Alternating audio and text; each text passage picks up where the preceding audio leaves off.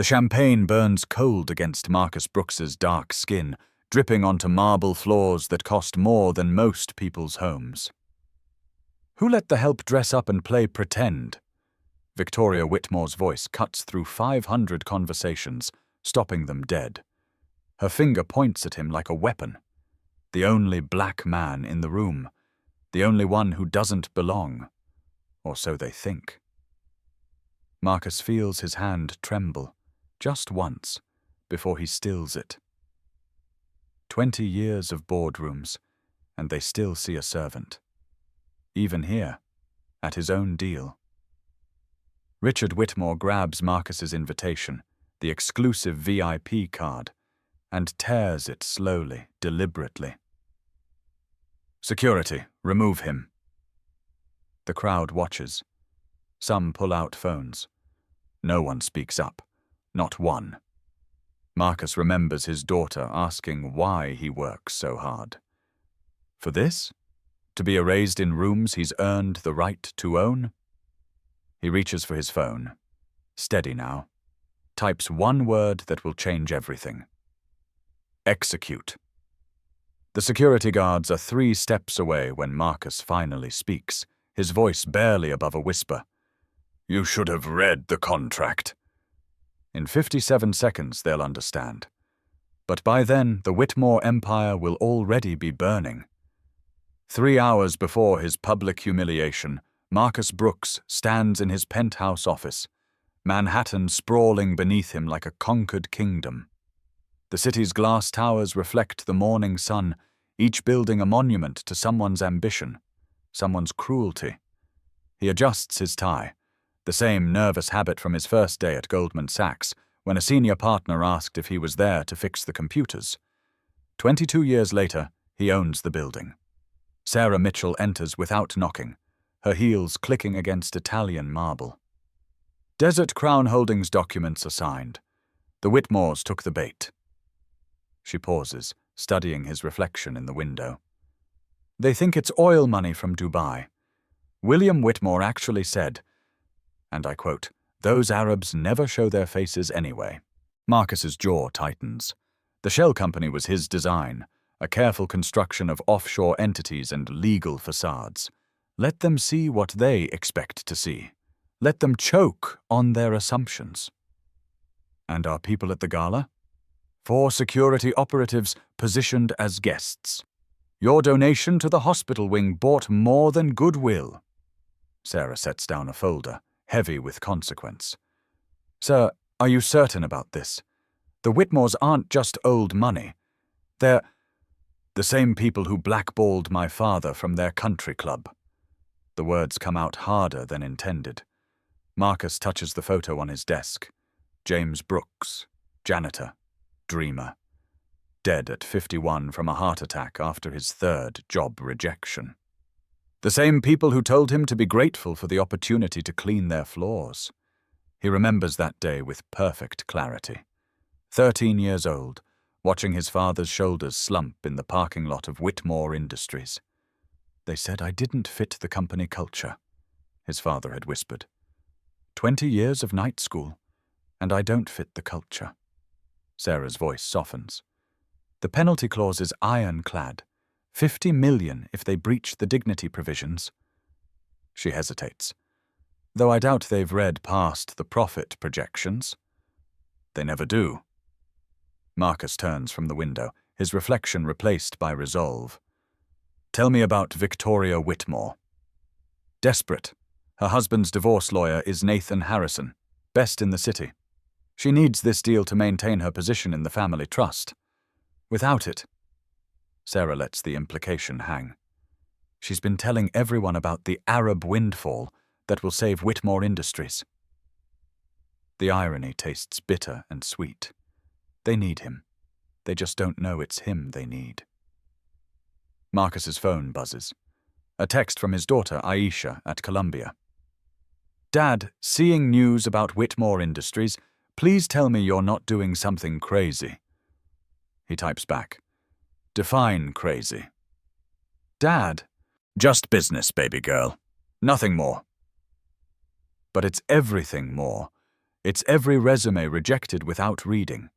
Every loan officer who suddenly found issues with paperwork. Every time security followed him through stores he could buy with pocket change. Every Marcus Brooks who never got the chance to stand in this office. "Sir," Sarah interrupts his thoughts. "There's something else. Robert Johnson will be there tonight. He's concerned about your methods." Robert Johnson. First black CEO of a Fortune 500 company, now more worried about protecting his position than opening doors for others. Marcus had hoped for an ally, found a coward instead. Let him concern himself with his own conscience. The morning light shifts, casting long shadows across the room. In the distance, the Whitmore building stands like a tomb waiting for its corpse. Marcus remembers his mentor's words. Anger is a luxury you can't afford. But what about justice? What about making them see? He pulls up the contract on his screen, scrolling to page 47. Subsection 3.2.1. The human dignity clause, buried in legal language so dense most lawyers would skim it. Any act of discrimination, verbal or physical, constitutes immediate breach. Penalty: $50 million. Right of immediate termination? Absolute. They signed this? He asks, though he knows the answer. William Whitmore himself. Didn't even send it to legal review. Too eager to close. Sarah allows herself a small smile. They see Desert Crown Holdings. They see $500 million. They see salvation. They don't see the trap until it's sprung. Marcus checks his watch. 2 hours until the gala. 2 hours until 20 years of planning crystallizes into a single moment. His phone buzzes again, a reminder about his therapy appointment next week. Dr. Jennifer Martinez has been helping him process what she calls racialized trauma. He wonders what she'll call tonight. "Sir, there's one more thing." Sarah's hesitation is unusual. "I've worked for you for 7 years. I've seen you outmaneuver giants, build empires, change lives, but I've never seen you like this. This isn't just business, is it?" Marcus looks at her, this brilliant woman who chose to follow him when no one else believed. "Did you know that Whitmore Industries has never had a single black executive? Not one in 73 years. I didn't. After tonight, they never will." He buttons his jacket, armor for a different kind of war. "Have the car ready at 7. And Sarah, make sure the cameras are rolling when it happens." As she leaves, Marcus returns to the window. The city hasn't changed in 3 hours, but something in the air has shifted. "Storm coming," his grandmother would have said. She survived Jim Crow, lived to see him graduate Harvard, died before seeing him succeed. "They can take everything else," she'd told him, "but they can't take your dignity unless you hand it to them." Tonight, he'll test that theory. Tonight, dignity comes with a $50 million price tag. The reflection in the window shows a man in an expensive suit, but Marcus sees the boy who watched his father cry in a parking lot. Both of them will be in that ballroom tonight. Only one will leave victorious. The Waldorf Astoria's ballroom thrums with calculated laughter and strategic conversations, each gesture measured in millions, every smile a transaction. Marcus Brooks enters through the main doors, not the service entrance, never again, and feels the room's temperature shift. A few heads turn, recognition flickering and dying like candles in wind. He's just another suit to them, another body in their ecosystem of wealth. Victoria Whitmore holds court near the champagne fountain, her laugh sharp as crystal breaking. She's telling the story of their Dubai windfall to a cluster of investors, hands dancing with each embellishment. $500 million, she says, loud enough for half the room to hear. "The Arabs practically begged us to take their money." "More champagne, ma'am?" A young black waiter appears at her elbow, barely 20, eyes down. Victoria doesn't look at him. "Obviously," And make sure it's properly chilled this time. She turns back to her audience. You have to be firm with them. They need structure.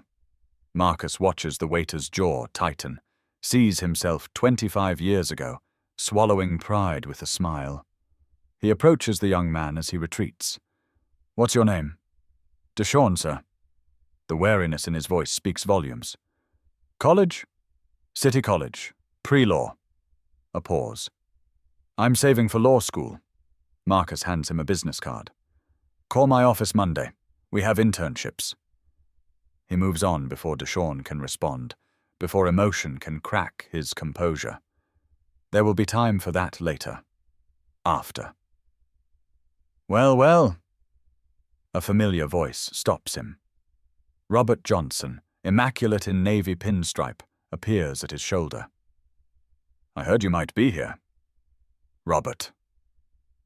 Marcus accepts the offered handshake, noting how quickly it ends. Listen, Marcus. Robert's voice drops, becomes urgent. I know what you're planning. The whole Desert Crown thing? It's clever, but it's dangerous. You're playing with forces that what? That have kept us out for generations? Marcus keeps his voice level, but the edge is there. That made you the only one for so long you forgot there should be others. Robert's face hardens. I opened doors, and then stood in the doorway. The accusation hangs between them like a blade. When did you become their guardian, Robert? When did you decide the price of your seat was keeping the rest of us standing? You don't understand the pressure. I understand surrender when I see it. Marcus spots movement across the room. The Whitmores are converging, Richard already red-faced from whiskey, Victoria's pearls catching light like tears about to fall. Excuse me, I have business to attend to. Ashley Rodriguez, Washington Post, has positioned herself perfectly. Phone angled for the best view. Her press credentials hang prominently, a shield and a weapon. She catches Marcus's eye, nods slightly. The stage is set. Champagne? A server appears. One of Marcus's security team, he notes with satisfaction. All the pieces moving into place. He accepts the glass, just as Victoria Whitmore's voice cuts through the air. Oh God, not another one. Richard, look. She's pointing at him now, her face twisted with disgust that she doesn't bother to hide. They're multiplying tonight. The conversations around them begin to die, a ripple of silence spreading outward. Marcus turns slowly, champagne balanced in his hand, and meets her gaze. Mrs. Whitmore. Do we know you? Richard steps forward, chest puffed like a peacock defending territory it never earned. This is a private event. I have an invitation. Marcus reaches for his pocket, movements deliberate, watching Richard's face shift from annoyance to anticipation. He's done this before, Marcus realizes. How many times? How many careers ended with torn paper and security escorts? The VIP Platinum invitation emerges, its gold edges catching light. Only 20 exist, each one personally issued by the gala committee. Richard's hand moves fast, snatching it before Marcus can react. These can be forged, Richard announces to the growing audience. They're getting sophisticated now. Probably printed it at some copy shop. He holds it up to the light, performative concern creasing his brow. Yes, definitely fake. The watermark's all wrong. Richard. William Whitmore materializes from the crowd, patriarch presence commanding without effort. What's the commotion? Caught this one with the forged invitation. Richard begins tearing the invitation, each rip deliberate, savoring the sound. I've called security. William's eyes find Marcus, and something flickers there, not recognition, but calculation. He glances at his phone, then back. A text from his banker, perhaps? A notification about Desert Crown? I'm sure there's a misunderstanding, he says carefully. No misunderstanding. Victoria's voice rises, playing to the crowd now. We can't have everyone who owns a suit walking in here claiming they belong. What's next? The cleaning crew mixing with guests? The laughter that follows is nervous but real. Marcus counts the faces joining in, memorizes each one. His phone vibrates. Sarah's message. All systems ready, your word. Sir, I'm going to have to ask you to leave. The first security guard arrives, hand already on his taser. The second follows, blocking retreat.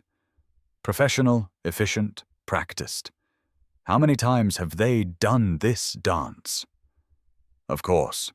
Marcus sets his champagne down untouched. His voice carries now, pitched to reach the cameras, the crowd, history itself. But first, perhaps Mr. Whitmore should check his phone. I believe there's a message from Desert Crown Holdings. William's face changes, blood draining as he reads. That's not possible. What is it? Victoria snatches the phone, reads, staggers. Marcus Brooks? But Desert Crown is... the man you're trying to throw out? Marcus straightens his tie. The gesture his father's, his grandfather's, every black man who ever had to be twice as perfect for half the recognition. Yes, I'm also the man who owns your future. Owned, past tense. The security guards hesitate, hands still on weapons but uncertain now. The crowd presses closer, phones rising like salutes. Ashley Rodriguez adjusts her angle, catching every pixel of Victoria's crumbling composure. There must be... Richard starts. A mistake, Marcus interrupts. Like assuming the color of my skin determines my place in your world? That kind of mistake? He turns to address the room now, voice carrying generations of suppressed fury, wrapped in boardroom precision. I've been in rooms like this my whole life. Watched men like you tear up dreams like paper, throw out potential like trash, all because it came in the wrong package. Marcus, please. William steps forward, patrician authority cracking. Let's discuss this privately. The way you discussed my father's job application privately? Behind closed doors where no one could hear him beg. The words land like blows. No, this conversation happens here. In the light, where everyone can see. Mr. Brooks. Victoria switches tactics, tears threatening carefully applied makeup. We didn't know. If we had known, you would have been more careful. Marcus's smile is winter cold. Not less cruel, just more careful. The room holds its breath. 500 of New York's most powerful people reduced to audience members in a drama they never auditioned for. Somewhere in the crowd, Robert Johnson stands frozen, watching his carefully constructed world, where he was the exception that proved their rule, collapse in real time. Security! Richard tries once more, bluster replacing strategy. Remove this man. The guards don't move. The one closest to Marcus speaks quietly. Sir, perhaps we should verify. Verify, Victoria's voice cracks, aristocratic composure shattering. He's nobody. He's the owner of Desert Crown Holdings, the primary investor in your salvation, the man whose contract you signed without reading. Marcus checks his watch. In approximately 47 seconds, I'm going to make a call that will determine whether Whitmore Industries survives the night. I suggest you choose your next words very, very carefully. The silence that follows is absolute. Even the city itself seems to pause, waiting for what comes next. The 47 seconds tick by like heartbeats in a cardiac ward. Victoria Whitmore's hand rises, trembling with 3 generations of unchecked privilege, and Marcus sees it coming. The slap that will cost $50 million. Time slows. He could stop her. One movement, one word. Instead, he stands perfectly still, offering his face to history. But the hand never lands. William Whitmore catches his daughter's wrist inches from Marcus's cheek. Victoria, no. His voice carries the weight of sudden understanding. bank notifications still glowing on his phone screen. "Mr. Brooks, I think there's been a terrible misunderstanding." "Has there?" Marcus's voice drops to barely above a whisper, but in the crystalline silence of held breaths and recording phones, it carries to every corner. "Like when my father stood in your office 30 years ago? James Brooks, night janitor, 20 years of night school, top of his class, and you told him he wouldn't be a cultural fit." William's face drains of color. The name registers, the memory surfacing like a body from deep water. That was different times. Different times. Marcus tastes the words like poison. Same building, same office, same excuse. He turns to address the room, but his eyes never leave William's. "Do you know what cultural fit means? It means your skin is the wrong shade for the portrait gallery. It means your name sounds too much like the people who clean the floors instead of the ones who walk on them." "Daddy?" Victoria's confusion cracks her voice. She's never seen her father retreat, never witnessed the Whitmore name mean anything but power. "What is he talking about?" "Nothing, sweetheart." But William's denial comes too late. The crowd has sensed blood in the water, and sharks know no loyalty. "Mr. Brooks."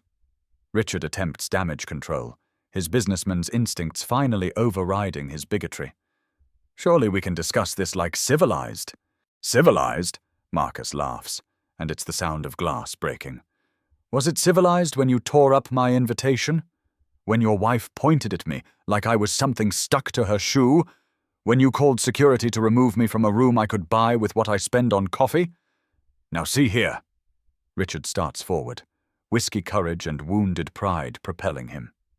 "Richard, stop!" William's command comes sharp, but Richard's momentum carries him into Marcus's space, chest puffed, finger pointing. "I don't care how much money you have. You don't belong here. You'll never belong here. This is our world, built by our families, for our children." His finger jabs toward Marcus's chest. "Not yours." The security guards move instinctively, hands reaching for weapons, but Marcus raises one hand, stopping them. He wants this moment recorded, needs it captured in high definition from multiple angles for posterity. "Our world," Marcus repeats, soft as a funeral prayer. "Built on whose backs? With whose blood?" He steps forward, and Richard stumbles backward, tripping over his own entitlement. "Your grandfather made his fortune in textiles. Want to discuss whose hands picked that cotton? Your great-grandfather's shipping company. Should we examine the cargo manifests?" "How dare you! How dare I!" Marcus's control finally cracks, just a hairline fracture, but enough for decades of suppressed fury to seep through.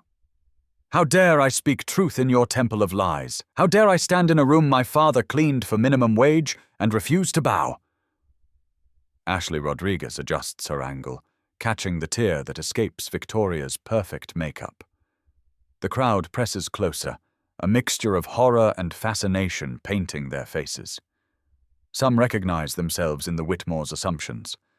Others realize they're witnessing the kind of moment that reshapes industries, ends dynasties, births legends.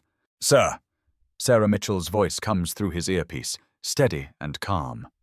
"Convergence Capital is standing by.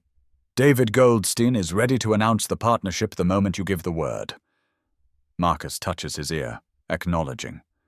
The gesture draws William's attention, and understanding dawns in the old man's eyes. This isn't just about revenge. It's a corporate execution, planned with surgical precision.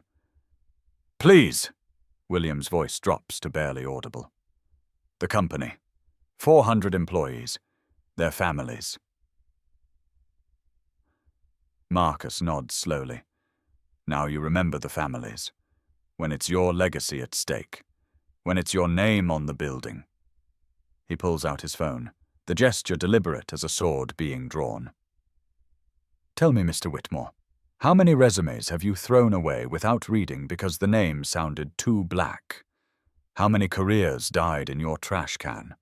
How many families lost futures because they weren't the right cultural fit? That's not... I never personally... No.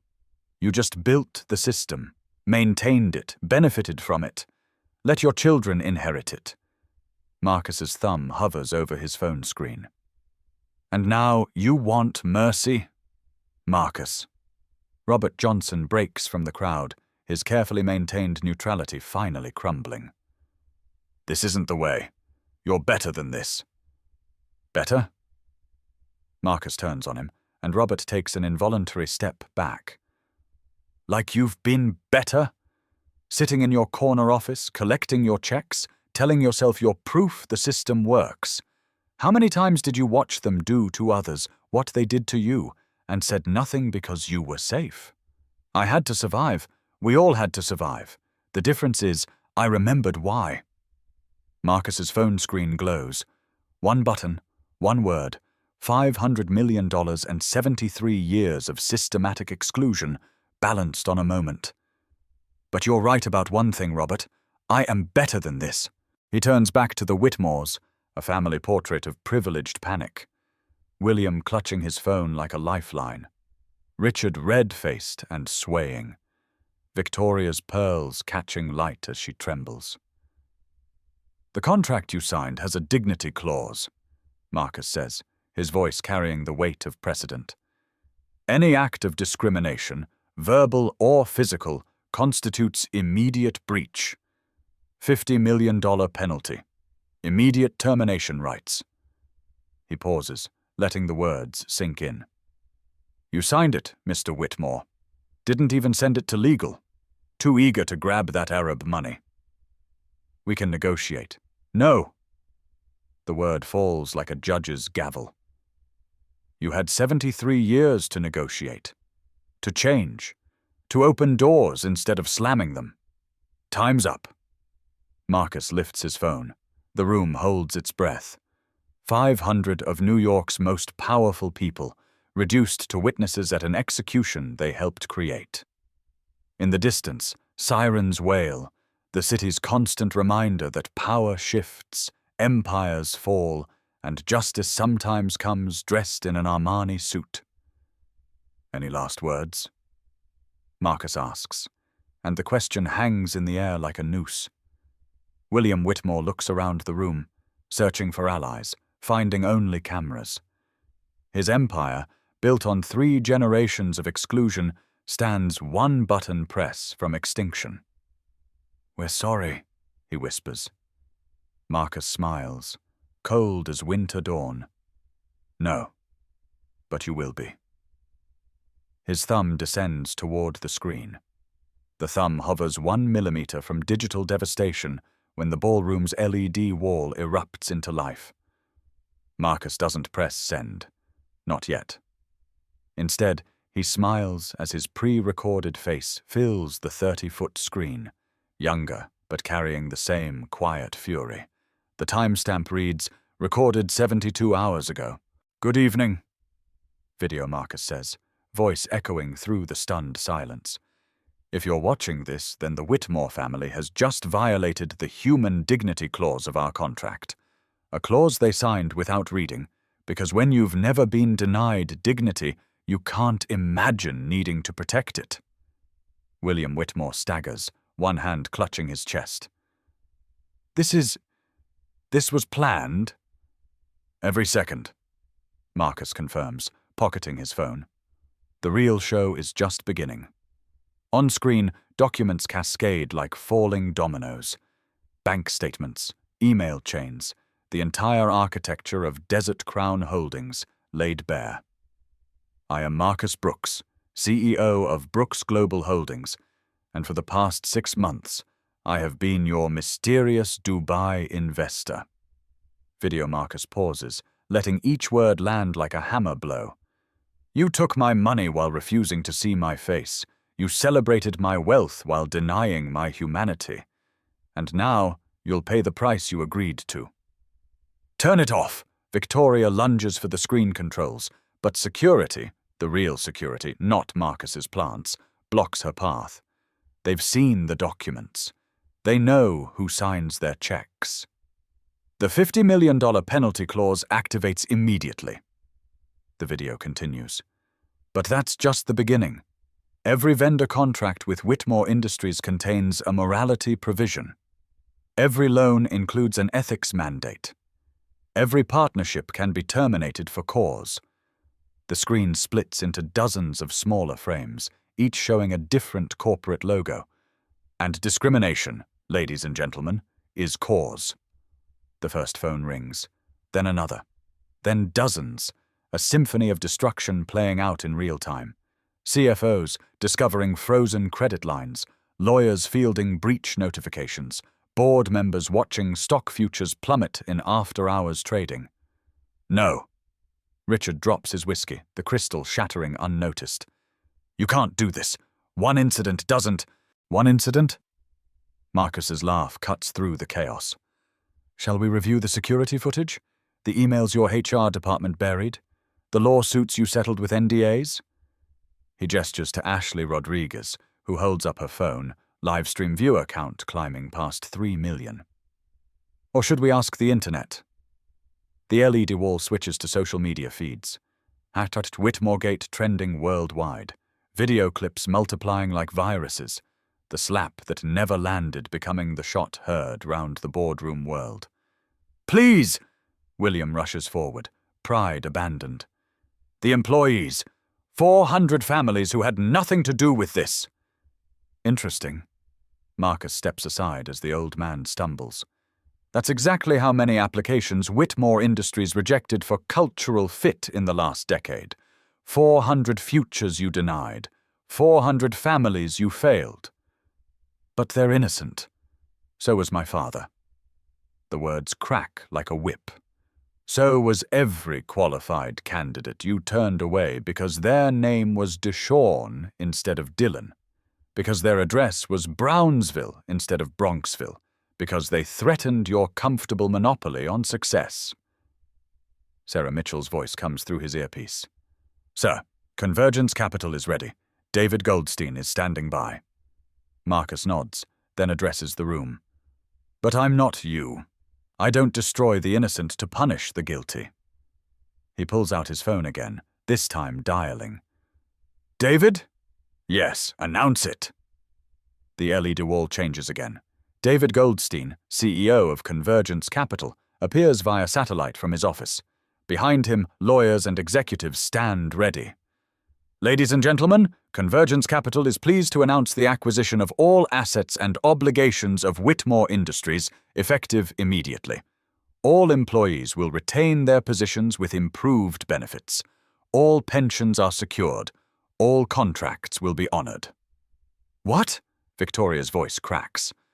But the penalty. The $50 million penalty stands. Marcus interrupts. Paid from the Whitmore Family Trust, not the company coffers. Your personal fortune, not their livelihoods. He turns to William.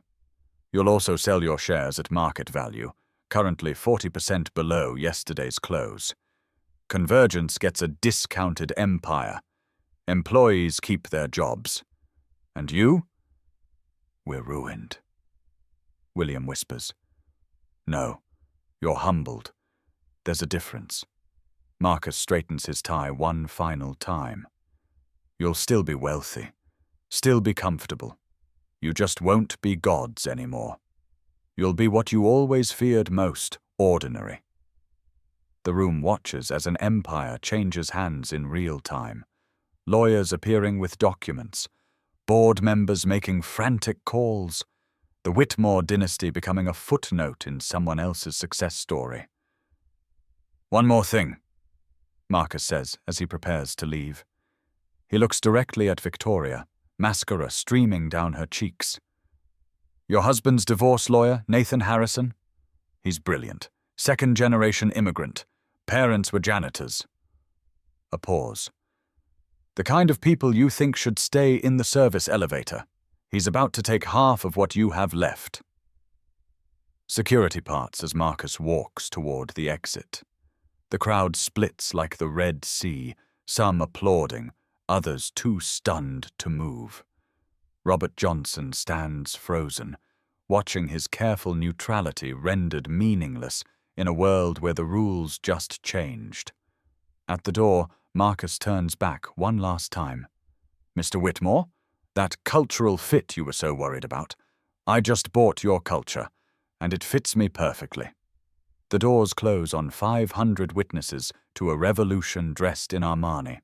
Behind them, the LED wall displays a simple message: Brooks Global, building tomorrow, today. In exactly 57 seconds, the news will break worldwide. But Marcus Brooks is already gone, walking into a night that suddenly seems full of possibilities. Behind him, an empire burns. Ahead, something better rises from the ashes. The last sound from the ballroom is William Whitmore's voice, broken and bewildered.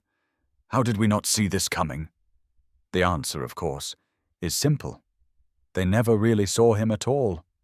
The Waldorf Astoria empties like a punctured lung, exhaling Manhattan's elite into a night that suddenly feels colder. Inside, the Whitmores stand among the debris of their dynasty: shattered crystal, torn invitations, and the ghost of an empire that ruled for 73 years. Marcus Brooks doesn't see it. He's already in his Bentley, Sarah Mitchell beside him with a tablet showing real-time market destruction. "Whitmore Industries down 42% in after-hours trading," she reports. "Every major vendor has triggered their morality clause. Chase Manhattan froze their primary credit line. The board called an emergency meeting for midnight." And the employees? Convergence's HR team is already sending reassurance emails. Full retention bonuses, better healthcare, 3 board seats reserved for diversity candidates. She pauses. "You could have destroyed them completely." Destruction is easy. Marcus watches the city blur past, each light a life that won't be ruined because he chose precision over vengeance. Building is hard. My father understood that. His phone buzzes. Aisha again. "Dad, it's everywhere. CNN, BBC, Al Jazeera. They're calling it the deal of the century." He types back, "Come home this weekend. We need to talk." About what you did? About what comes next? The responses cascade like dominoes. Bloomberg. "Breaking. Whitmore Industries acquired in hostile takeover after discrimination scandal." Wall Street Journal. "The $50 million slap, how racism cost a dynasty." But it's the Washington Post headline that matters. "The man they didn't see coming, Marcus Brooks and the new rules of power." Ashley Rodriguez calls from the newsroom. "Mr. Brooks, I need a comment for the record." "No comment. You just orchestrated the most public takedown in corporate history. You have nothing to say?" Marcus considers. Through the window, he spots a homeless veteran, cardboard sign barely visible. The driver slows at his gesture.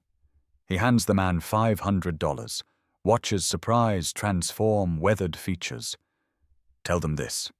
Power isn't about what you can take. It's about what you choose to build."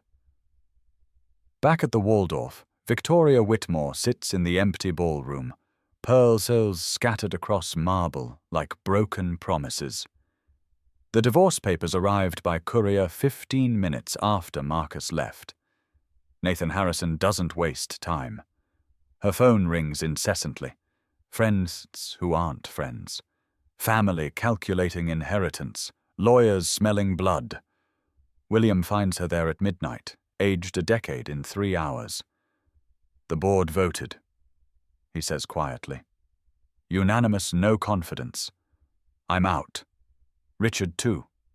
Convergence wants the transition complete by Monday." "Daddy?"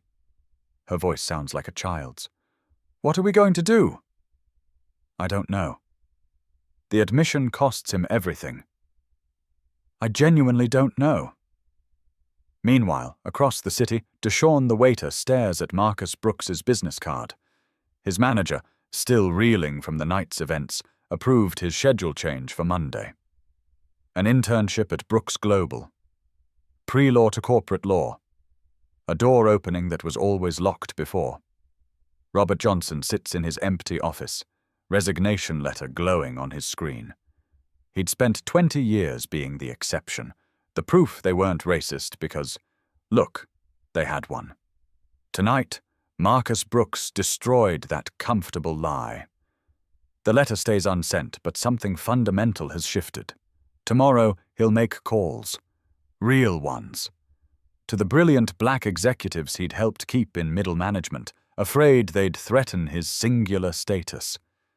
Time to open those doors he'd been guarding. The ripples spread. In Silicon Valley, a venture capitalist adds diversity metrics to funding criteria. In Chicago, a law firm revises hiring practices. In Atlanta, a tech company announces blind resume reviews. Not because they suddenly grew consciences, but because they watched the Whitmores fall and realized the cost of blindness. Marcus arrives home to find Aisha waiting, despite the late hour. She's compiled everything. Every article, every video, every market analysis. "You planned this for years," she says. It's not a question. Since the day Grandpa died. He loosens his tie, finally allowing exhaustion to show. He never got to see me succeed, but he knew I would. Was it worth it? All that anger, all that planning? Marcus looks at his daughter. Brilliant, fierce, unburdened by the weight he's carried. Ask me in 10 years, when you're running a company, when doors open instead of close, when your name is an asset, not an obstacle. She hugs him then, and he feels something release. Not the anger. That's too deep, too old. But the need for it. The Whitmores were just symbols. The real work starts tomorrow. His phone shows one final message, from an unknown number, but he recognizes the formal tone. "Mr. Brooks, this is William Whitmore. I need you to know something. You were right. About everything. I'm sorry. Not for tonight. I deserved tonight. For your father, for all of them, I'm sorry." Marcus deletes it without responding. Apologies don't resurrect the dead or restore lost decades. But somewhere in the city, a janitor's son owns an empire, and 400 families keep their jobs, and a young black waiter will become a lawyer. The Bentley's engine cools in the garage. Upstairs, father and daughter talk until dawn about futures suddenly possible. And in the distance, New York's skyline glitters with the same indifferent beauty, except now, one more building belongs to someone who was never supposed to own anything at all. Justice, Marcus thinks as sleep finally claims him, tastes like champagne and ashes. But tomorrow tastes like hope. 48 hours after the Waldorf incident, as financial media christens it, the old order scrambles to adapt to new rules written in real time. Marcus Brooks hasn't given a single interview, but his silence speaks louder than any manifesto. The dominoes fall with algorithmic precision. Whitmore Industries' stock hits a 10-year low before Convergence's acquisition stabilizes it. 7 institutional investors, their own diversity metrics suddenly under scrutiny, withdraw from Whitmore Family Ventures. Victoria's Art Gallery in Soho, Richard's hedge fund, William's seat on 3 Fortune 500 boards, all evaporate like morning mist under an unforgiving sun. "Sir, you need to see this." Sarah Mitchell enters Marcus's office with a tablet showing LinkedIn's trending topics. #Dignity clause has gone viral. Law firms across the country report a 400% spike in contract amendment requests. Companies are literally rewriting their futures to avoid becoming the next Whitmore. Marcus doesn't look up from the proposal he's reviewing, a community development project in the Bronx, where his father once worked 3 jobs.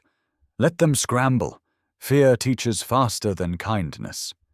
The SEC announces an investigation into discriminatory practices affecting shareholder value, not because they care about justice, but because Marcus proved discrimination has a price tag. $50 million makes morality measurable in market terms. At Whitmore Industries, now officially Convergence East, employees arrive to find their key cards still work, but everything else has changed. The executive floor's portrait gallery, 3 generations of Whitmore men, comes down. In their place, empty frames. To be filled by merit, reads a simple placard, not birthright. Deshaun Williams, former waiter, walks these halls in a new suit bought with his signing bonus. His internship doesn't start until Monday, but HR invited him for orientation. He passes the break room where janitors eat lunch, his people, his past, and stops. Mind if I sit? The surprise on their faces when he says, "I used to be you," breaks something loose in his chest. Pride, maybe. Or just recognition that the ladder suddenly has new rungs. Robert Johnson makes his 4th call of the morning. Each conversation follows the same pattern. Shock, suspicion, then cautious hope. "Yes, I'm serious about the position. Senior VP, full autonomy, and a seat on the board. 20 years of gatekeeping, undone in 20 phone calls." His resignation from his current firm takes effect Monday. His new venture, Johnson Brooks Capital, will launch with Marcus's backing and a simple mission: fund the unfundable, back the overlooked, build wealth where it's never been allowed to grow. The Washington Post runs a profile. The Whitmore women, collateral damage or complicit? Victoria's charity luncheons cancelled. Her membership at the Metropolitan Club under review. The divorce proceedings accelerate as Nathan Harrison documents years of financial control and emotional manipulation. "She called me surprisingly articulate at our first meeting," Harrison tells a colleague. "Now she'll learn how articulate I can be in court." But the real earthquake comes from an unexpected source. Aisha Brooks, Columbia senior, publishes an op-ed in the campus newspaper that goes viral within hours. "My father's American dream." She writes about James Brooks, the grandfather she barely knew, whose calloused hands built a foundation for greatness despite every door slammed in his face. About watching her father work 18-hour days, not for money, he has enough, but to prove worth that should never have required proof. About sitting in predominantly white classrooms, wondering if her acceptance letter said diversity, more than qualified. The piece ends with a challenge. The Whitmores lost more than money. They lost the illusion that their world is the only world. My question to my generation: what illusions are we protecting? What doors are we keeping closed? What dignity are we denying while we sip our lattes and tweet our outrage? Marcus reads it 3 times. Sarah finds him at his desk, eyes closed, holding the printed article. "Sir?" "She's going to be better than me," he says quietly. Angrier in the right ways, clearer about what needs to change. He opens his eyes. "Set up the foundation. Full funding. Aisha runs it after graduation." The Brooks Foundation? The James Brooks Foundation. For every Deshaun who needs a chance. Every Victoria who needs to learn. Every system that needs disruption. He stands, looking out at the city his father cleaned and he now partially owns. "Sarah, what really changes systems?" She considers. "Power? No. Memory. The Whitmores forgot they weren't gods. America forgets its sins. Companies forget their employees are human." He turns back. "We're going to build something that remembers."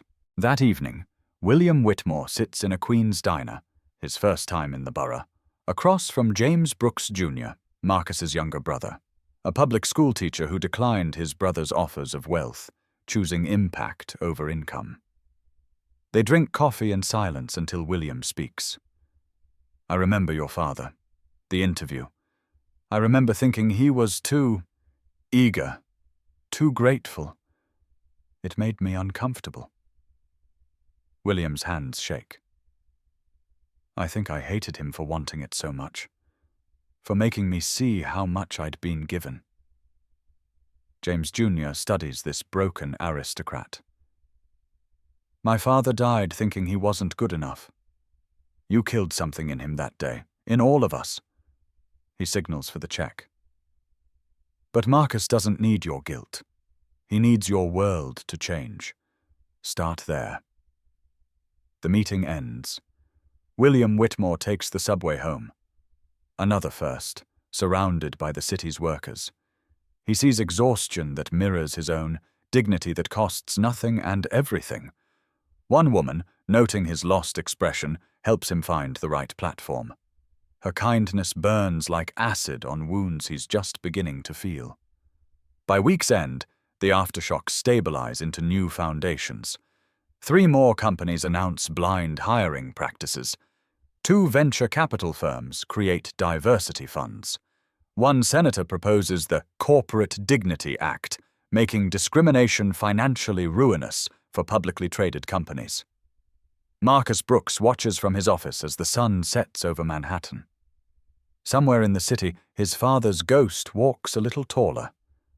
The work isn't done, may never be done, but tonight, for the first time in 20 years, Marcus feels something he'd almost forgotten. Not satisfaction, not vindication, just the simple, revolutionary possibility that tomorrow, someone like his father might walk through the front door instead of the service entrance. And that, more than any fortune, is how you change the world. 6 months later, Marcus Brooks stands before 1,000 faces at the inaugural Dignity in Business Summit. The venue, the former Whitmore Industries headquarters, now the James Brooks Center for Economic Justice. Where portraits of old white men once hung, diverse faces now line the walls, janitors who became CEOs, immigrants who built empires, women who shattered ceilings. They asked me to give a speech about success, Marcus begins, his voice carrying across the silent auditorium. But I want to talk about failure, my failure. The audience shifts, uncertain.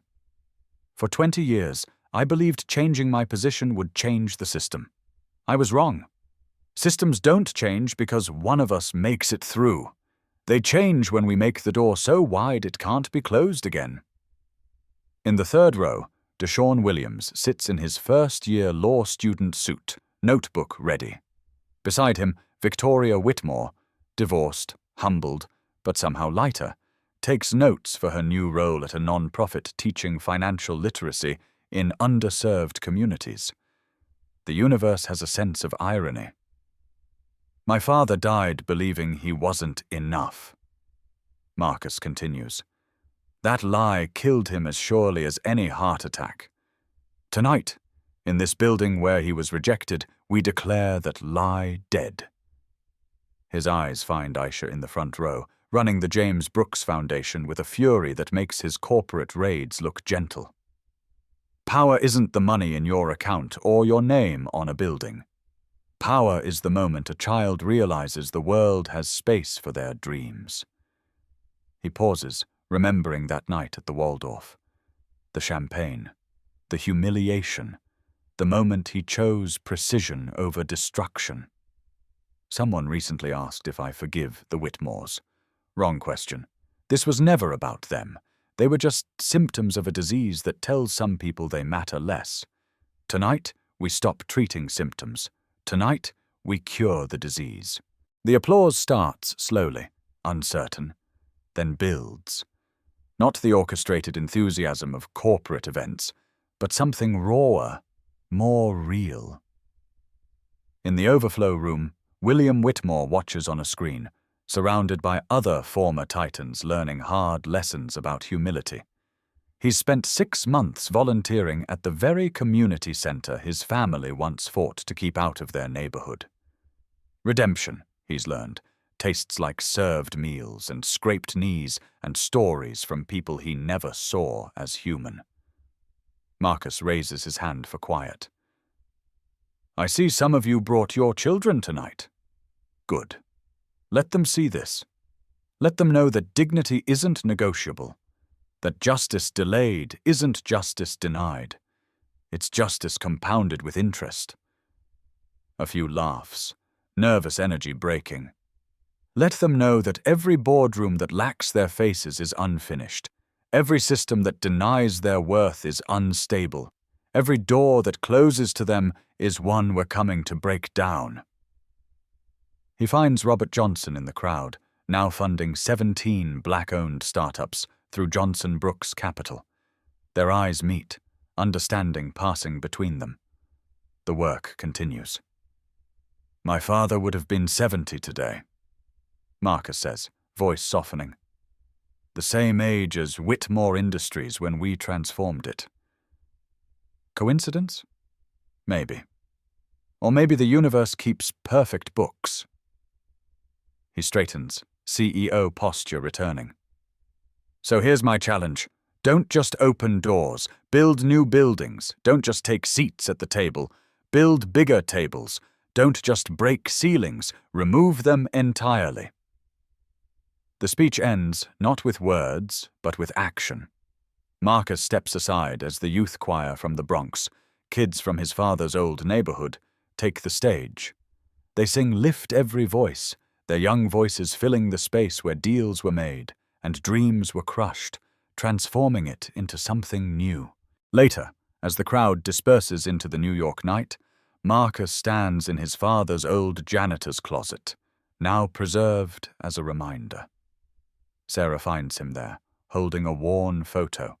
James Brooks in his Sunday best, applying for a job he'd never get. Was it enough? She asks quietly. Marcus touches the photo gently. Ask me when Deshawn graduates law school. When Victoria's students open their first businesses. When William's grandchildren grow up in a world where their friends' names don't determine their futures. He turns to her, and for the first time in 20 years, his smile reaches his eyes.